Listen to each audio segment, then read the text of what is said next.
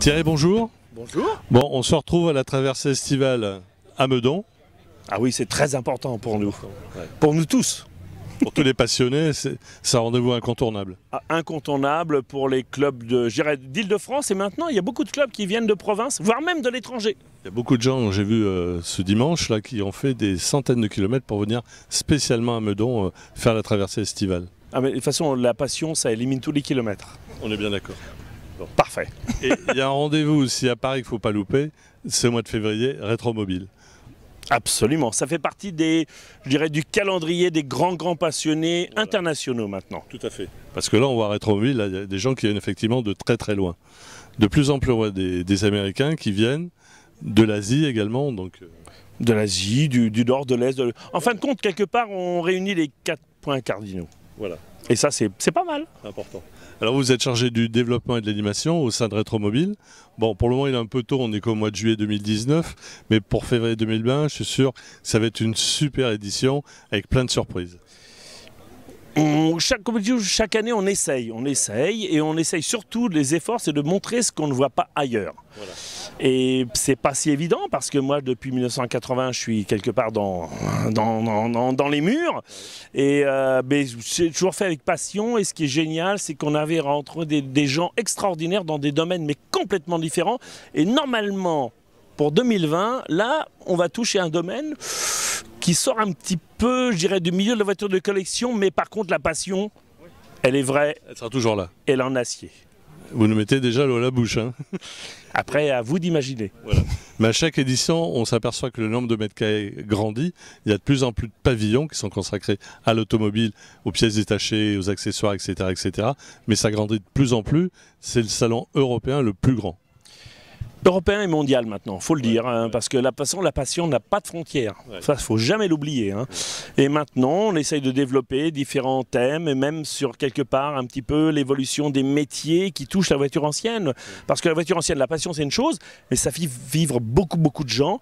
Et j'espère que ça va faire vivre beaucoup de générations futures. Ouais. Et ça, c'est tous ces jeunes qui viennent de plus en plus. Absolument, c'est des métiers qui se développent et quelque part la passion c'est une chose, la collection quelque part c'est autre chose. Nous on est les anciens, on a le devoir de garder ce patrimoine, mais les jeunes, c'est quelque part tout ce qu'on a fait, c'est pour eux.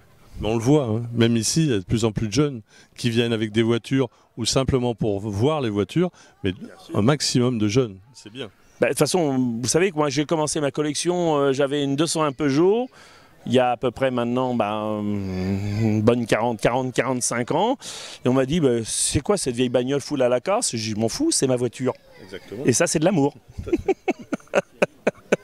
C'est tout, la bécédite, comme on dit. Et alors pour cette 12e édition de la traversée de Paris estivale, vous en tirez quoi comme conclusion? Encore plus de monde, on est à près de 600 véhicules quand même. C'est un événement maintenant, quelque part en Île-de-France, majeur. Et en plus, ce qui est génial, c'est que c'est fait par une association. Bassin-Ancienne. Je leur tire mon chapeau, parce que ce qu'ils font, c'est génial. Et en plus, ils le mettent au service d'autres associations. Voilà. Quelque part, c'est répercuté d'une façon tout à fait bénévole. Et c'est le moteur, c'est la passion. Et quelque part, je dirais, l'automobile ancienne, c'est la passion avant tout. C'est quelque chose qu'il faut absolument préserver. Quelle que soit la voiture, quelle que soit la valeur de la voiture. Quelle que soit la marque, quelle que soit la valeur. Aucune importance. Quelqu'un qui a une 2 chevaux, une Ferrari, une Jaguar, une Rolls, une Trabant ou même quelque part la 205 Peugeot, c'est la passion qui compte. Ça c'est quelque chose, pour moi c'est une règle d'or. Ce qu'il y a de bien ici, c'est que tous les gens se côtoient, tous les gens se mélangent. Ah oui, ça pareil. Ben, la passion n'a pas de frontières et n'a pas de nature, je dirais. Voilà, on parle le boulon de 7, c'est le boulon de 7, le boulon de 8, c'est le boulon de 8. Voilà. On est d'accord. On est d'accord. Et la clé de 12. Et la clé de 12. La fameuse clé de 12. Ah, très important parce qu'on la perd tout le temps. Bon, on vous retrouve très vite en février. Quand vous voulez, cher ami. On va voir encore de belles choses. J'essaye. On essaye parce qu'on est une petite équipe, vous savez, on est des petits artisans, on bricole. Bonne équipe. Ouais, et puis en plus il y a des jeunes qui sont arrivés, donc ça c'est génial. Du 109. Oui, très important, très important. Est-ce qu'on peut comparer Rétromobile au mondial de l'auto? On peut dire que c'est le mondial de l'auto des anciennes. Oui, mais alors là, attention, on touche à un domaine qui est... C'est peu comparable. La passion est pareille. Moi, j'ai des copains qui sont passionnés de voitures modernes. Quelque part, la passion est là. Mais dans le mondial, il y a un côté, je dirais, quelque part, entreprise qui est très important et la bataille est très, très rude. Là, par contre, je leur souhaite bon courage parce que c'est pas évident. Pas évident. Mais c'est quand même le mondial de l'automobile des anciennes. Bien sûr, mais bon, je dirais quelque part... Faut pas avoir peur de le dire. Ah non, je le dirai pas parce que... Faut le dire. J'ai pas la prétention. Rétromobile, c'est rétromobile. Le mondial de l'auto, c'est le mondial de l'auto. Ils ont des valeurs à défendre. Mais moi, je le dis. Alors, je vais le dire, je le dis. Écoutez, je le dis. Ça n'engage que moi. Voilà, ça n'engage que moi. C'est rétromobile, c'est en quelque sorte le mondial de l'automobile des anciennes voitures. C'est vous qui le dites là, attention. C'est moi qui le dis. Voilà. Pour moi, c'est différent. Oui, mais c'est un petit mondial. C'est des messes de l'auto, toutes les deux, mais ça a deux catégories différentes. Oui, mais les constructeurs ont quelque chose à défendre, quelque part. À vendre. Défendre ou à vendre, mais quelque part, c'est eux qui font l'histoire.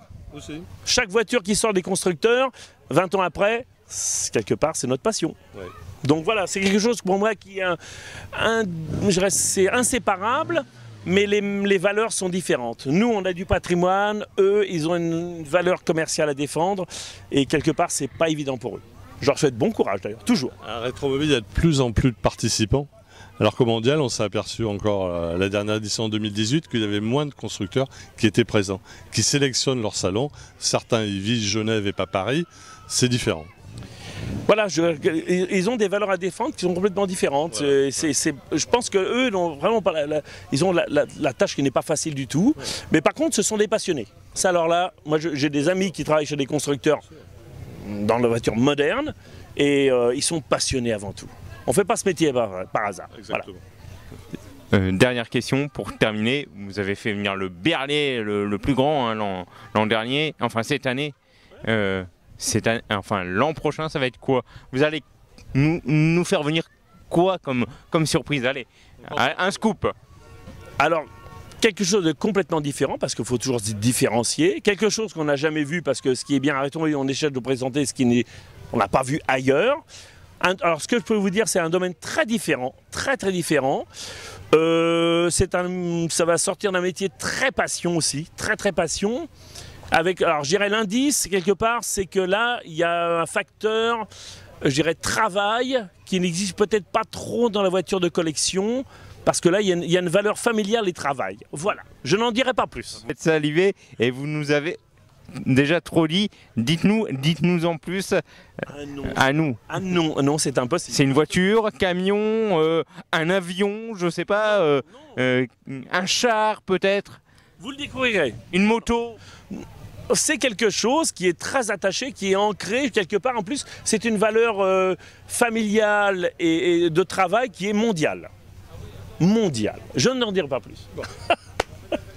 Même si on... Non, un peu plus au mois de janvier. Après, je ne sais plus. Ah, j'ai déjà oublié. Bonjour monsieur, qui êtes-vous? J'ai déjà oublié. Bon. En janvier, je pense qu'on aura déjà quelques pistes. Oui, voilà. en janvier. Voilà. Même en le torturant, Non, il ne parlera pas. Non. Sous la torture. En janvier. Rendez-vous en janvier. Ça marche. Bon, Thierry, merci beaucoup. Restez comme vous êtes superbe. Merci Thierry. Merci Thierry.